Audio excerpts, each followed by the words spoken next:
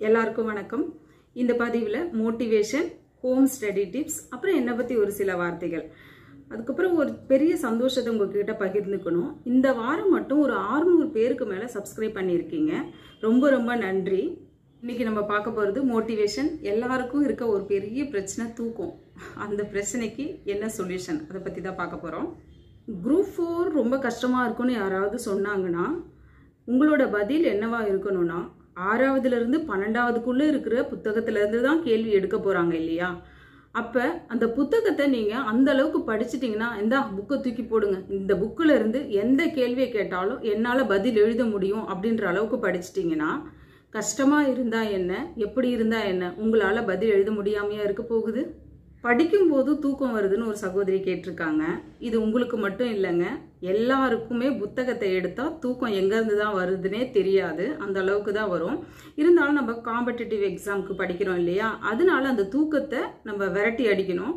தூங்குறது ஒரு பெரிய கொலை குற்றம் கிடையாது, அவ்வளோ பெரிய தப்பு இல்லை. தூங்கலாம், தூக்கம் வரும் தான் புக்கை எடுத்தா. ஆனால் அந்த தூக்கம் ஒரு 15 நிமிஷமோ அரை மணி நேரமோ தான் இருக்கணும். புத்தகமே கிழிஞ்சு போகிறது கூட தெரியாத அளவுக்கெல்லாம் தூங்கவே கூடாது. இப்போ தூக்கன்றது ஒரு பிரச்சனை, தொல்லையாக எல்லாரும் நினைக்கிறோம். ஆனால் அந்த தூக்கன்றது பிரச்சனையோ தொல்லையோ இல்லை, எதிரி, நம்மளுடைய மிகப்பெரிய எதிரி. யார் யாரையோ எதிரியாக நினச்சிக்கிட்டு வாழ்ந்துட்டு இருக்கோம், வயிறு எரிச்சிட்டு இருக்கோம். ஆனால் நம்ம கண்ணுக்குள்ளேயே இருக்கிற எதிரி தூக்கம்.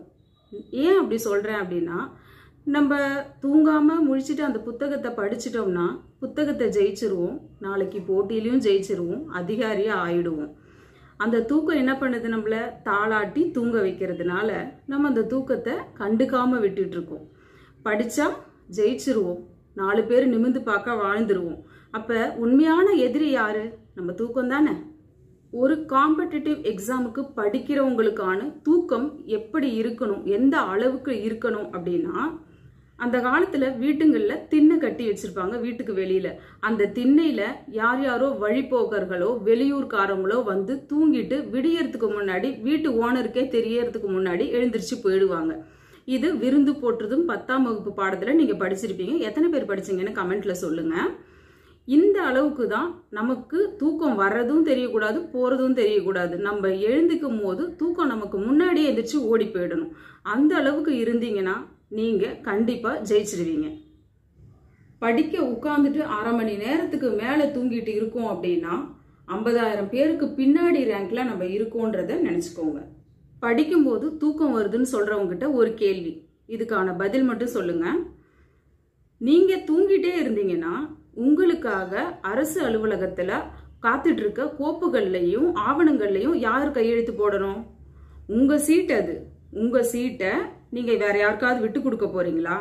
நீங்கள் தூங்குற நேரத்தில் வேற யாராவது உழைச்சிட்டு இருக்காங்க, அப்போ அவங்களுக்கு வேலை கிடைச்சிரும். நீங்கள் போட வேண்டிய கையெழுத்து, உங்கள் சீட்டில் நீங்கள் உட்காந்து போட வேண்டிய கையெழுத்தை வேற யாரையாவது போடுவாங்க. நீங்கள் வேற யாருக்காவது இந்தா என் வேலையை நீ வச்சுக்கோன்னு சொல்றீங்கன்னா தூங்குங்க. இப்போ உங்களுக்கு தூக்கம் வருமா? நீங்கள் தூங்குறீங்கன்னா இந்தா என் வேலையை நீ வச்சுக்கோன்னு சொல்றீங்கன்னு அர்த்தம். ரிசல்ட்டுக்கு அப்புறமா உங்கள் சீட்டில் நீங்கள் போட வேண்டிய கையெழுத்தை வேற யாரோ வந்து உட்காந்து அந்த இடத்துல அவங்க கையெழுத்து போடுவாங்க. உங்களுக்காக காத்திருந்த ஆவணங்கள் கோப்புகள் அது அப்போ அவங்க உழைச்சிருக்காங்க. இப்போ நான் சொன்ன இந்த பதில் நீங்கள் படிக்காமல் தூங்கினாலும் உங்களுக்கு காதில் ஒழிச்சுக்கிட்டே இருக்கணும். இந்தா என் வேலையை நீ வச்சுக்கோ அப்படின்னு நீங்கள் சொல்கிறீங்கன்னு அர்த்தம். நீங்கள் தூங்கிட்டு இருக்கீங்க, படிக்கலை அப்படின்னா. யாராவது சொல்ல ரெடியாக இருக்கீங்களா? வாயார சொல்ல முடியுமா, மனசார சொல்ல முடியுமா?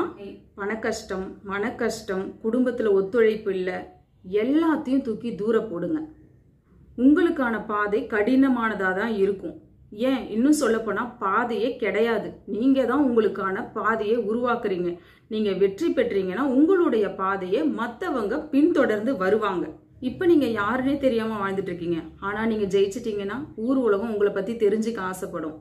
யாருக்கிட்டையும் உங்களோட மன கஷ்டத்தையோ வறுமையோ சொல்லி புலம்பாதீங்க. உலகம் ஜெயிச்சவங்களுடைய வார்த்தைகளை கேட்க தான் மைக்க முன்னாடி நீட்டிட்டு வரும். நம்மளுடைய புலம்பல்களையும் வெறும் கதையை கேட்க உலகம் ரெடியா இல்லை. உங்களுடைய கஷ்டத்தையும் வறுமையும் சோகத்தையும் யாருக்கிட்டையும் சொல்லி புலம்பாதீங்க. ஜெயிச்சு காமிங்க, சாதிச்சு காமிங்க.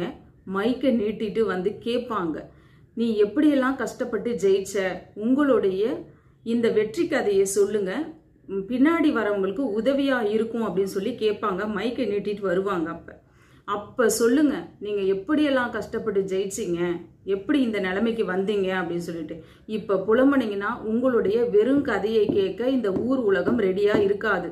வெற்றி கதையை மட்டுமே உலகம் விரும்பும். படிக்கிறத கரெக்டா பிளான் பண்ணி படிக்கலன்னா ஓட்டப்பானையில நீர் நிரப்புற கதையாயிடும். வருஷம் வருஷம் டிஎன்பிஎஸ்சி நடந்துட்டே தான் இருக்கும். அப்புறம் நம்மளும் எடுத்து வச்சு 6ஆவதுலேருந்து 12ஆவது வரைக்கும் இருக்கிற புத்தகத்தை படிச்சுட்டே இருக்க வேண்டியதுதான்.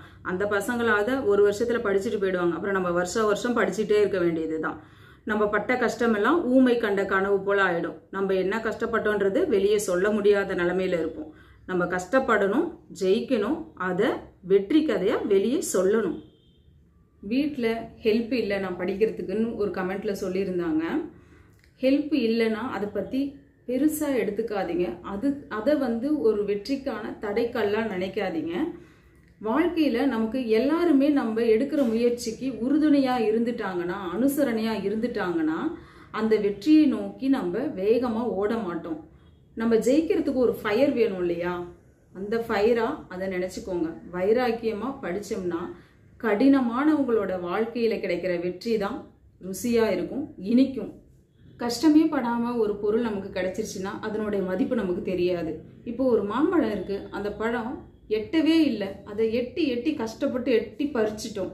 அப்போ அந்த பழம் எவ்வளவு நமக்கு இனிப்புடையதாக இருக்கும் தெரியுமா? அது இனிப்பு கம்மியாக இருந்தாலுமே அதனுடைய சுவை நமக்கு அதிகமாக தெரியும். கஷ்டப்பட்டு ஜெயிக்கிறவங்களுடைய வெற்றி கண்டிப்பாக மதிப்பு மிக்கதாகவும் இனிப்புடைய வெற்றியாகவும் கருதப்படும். என்னை பற்றி கேட்டிருக்கீங்க.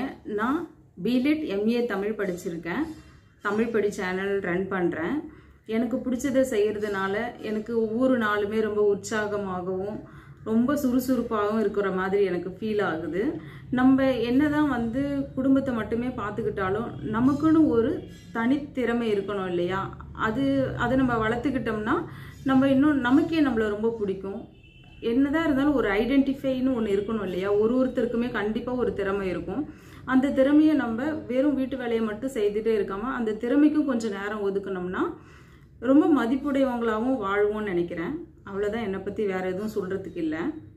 இந்த பதிவுனால யாராவது ஒரு சிலருடைய வாழ்க்கையில தன்னம்பிக்கையும் உற்சாகத்தையும் கொடுத்தாலும், நல்ல முறையில் மாற்றங்கள் உருவானாலும், படிக்கிறதுக்கு உந்து சக்தியா இருந்தாலும் இறைவனுக்கு நன்றி சொல்லிக்கிறேன். நம்ம தமிழ் படி சேனல்ல நிறைய பதிவுகள், இலக்கண பதிவுகள், பாடம் நடத்தும் வீடியோக்கள் எல்லாமே இருக்கு. எல்லாத்தையும் பாருங்க, சப்ஸ்கிரைப் பண்ணிக்கோங்க பிடிச்சிருந்தா. நன்றி, வணக்கம்.